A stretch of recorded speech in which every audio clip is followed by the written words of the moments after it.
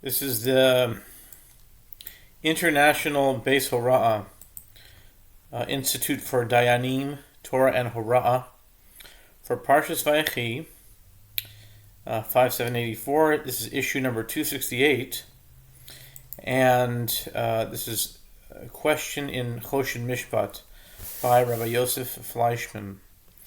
And the subject is, the question is, neighbors' rabbits mated. Who owns the newborns?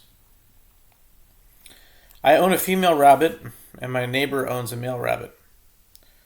The two rabbits are together frequently. When my rabbit gave birth to a litter of rabbits, my neighbor claimed that he deserves some of the newborn rabbits since his rabbit impregnated my rabbit. Is he correct? The answer is, even though the particular question does not come up frequently, the question involves several important principles which have broad applications. This case is not discussed in the Gemara, but there are two sections of Gemara that are relevant. The Mishnah in Bava Metzia 100b discusses a situation where a strong current of a river washed a person's olive tree downstream, and it took root in another person's field and bore olives. Both the original owner of the tree and the owner of the field in which it grew claimed that he was entitled to the new olive crop since his property was the cause of the new crop of olives. The Mishnah rules that each one is entitled to half of the new crop. The Gemara in Bava Metzia 101a clarifies that this ruling of the Mishnah is limited to the first 3 years after the tree takes root, and only where not only the tree was washed downstream, but also enough of the original surrounding soil to allow the tree to stay alive was embedded at the new location along with the tree. The background for this halacha and for these conditions is that when one plants a tree, the Torah forbids eating or deriving any gain from the fruit of the first 3 years after it takes root, since in those years the fruit is orla. However, if a tree which already was planted for 3 years is replanted together with enough surrounding soil to maintain the tree, the fruit is permitted immediately, since the tree already grew for 3 years in its previous location, and its growth at the new location is considered a continuation of the original growth and not a new planting. Based on these halachos, the Gemara explains the ruling of the Mishnah, that the fruit is divided.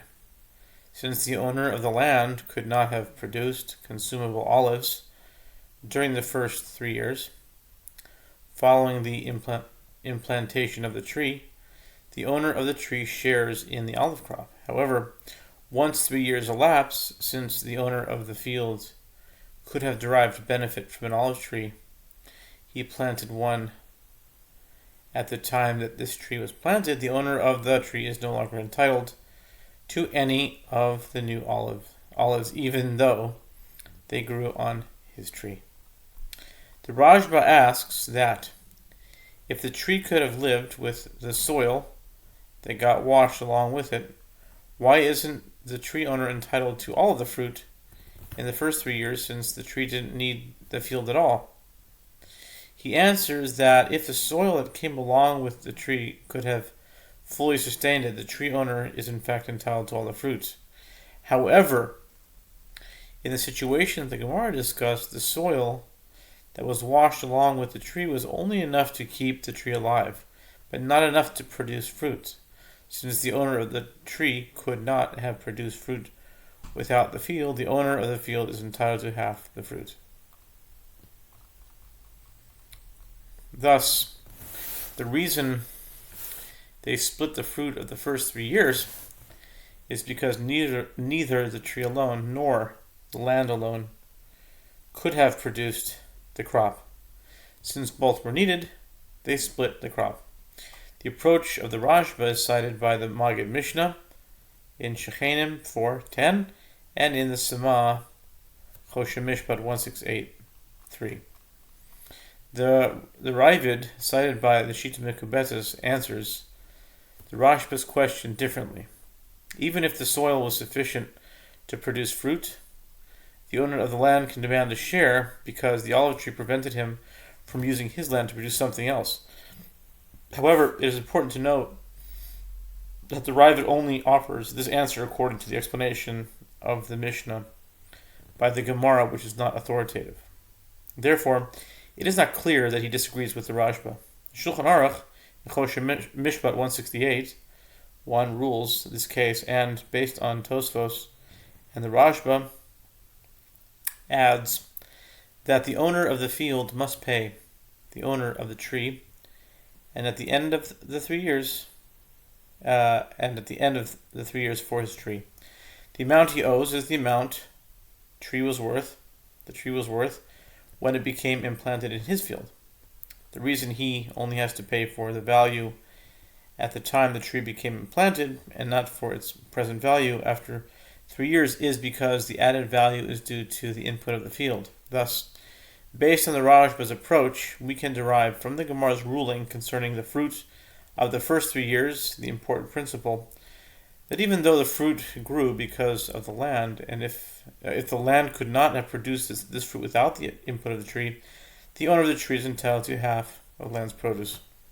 Similarly, since the tree itself was incapable of producing fruit without the land, the owner of the land is entitled to half of the produce. Furthermore, we see from the Rashba that even though the tree sat on the land, if the land was not needed to produce the fruit, the tree owner is entitled to all of the fruit, even though the owner of the land could have used the land for something else. The Chidah was asked to rule concerning a case that is somewhat similar to yours. In his case, A placed 10 eggs under his chicken to hatch them. Without informing A, B additionally placed 5 of his eggs under A's chicken. When 15 chickens hatched, B told A he must give him 5 of the chickens because they hatched from his eggs. A replied that he need only give him 5 eggs because that is all he received from B.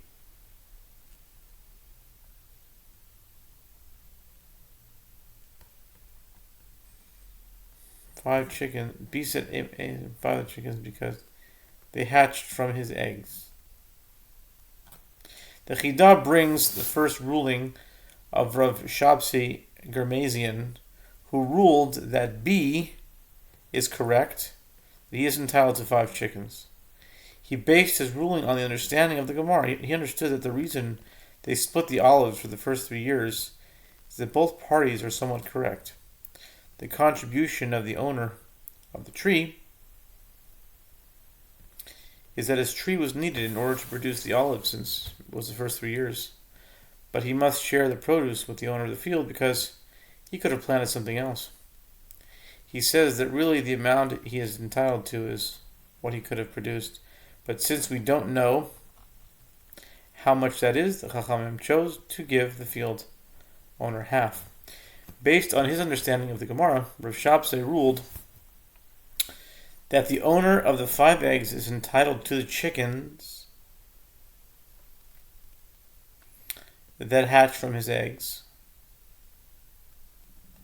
because of the owner of the chicken suffered no loss on account of these eggs, since he had only placed 10 eggs and was not planning to place more eggs. The Chidah disagrees with Rav Shabsai because the expressions of the Gemara indicate that the reason the owner of the land is entitled to half is because of the input of the land in the produce and not because of a loss. Based on this, he wanted to rule that they should split the 5 extra chickens.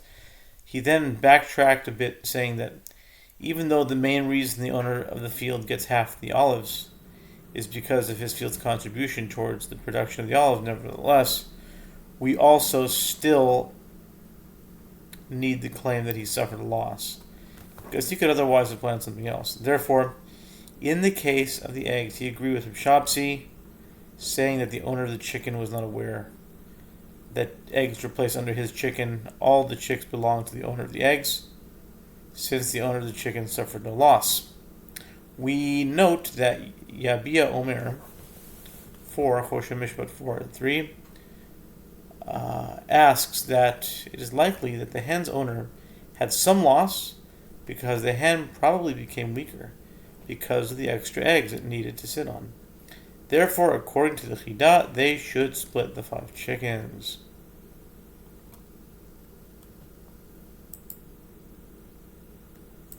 It seems that the Rashba agrees with the Chidah's first approach, since the Rashba indicates that if both of the sources are necessary in order to produce the profit, the 2 owners split the profit even if no loss was suffered by the owner of the land. Therefore, if one can compare the Chidah's case to this Gemara, it seems that in any case the owner of the chicken should share in the chicks.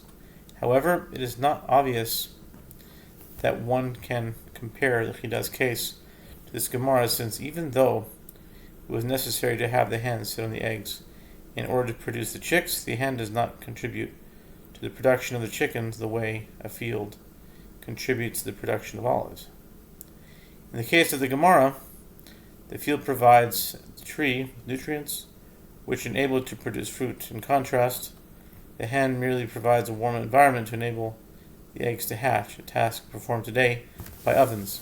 The point is noted by the Pri Yitzchak 1:15. The Pri Yitzchak concludes that whether a chicken sitting on eggs is comparable to a field is a dispute in the Yerushalmi.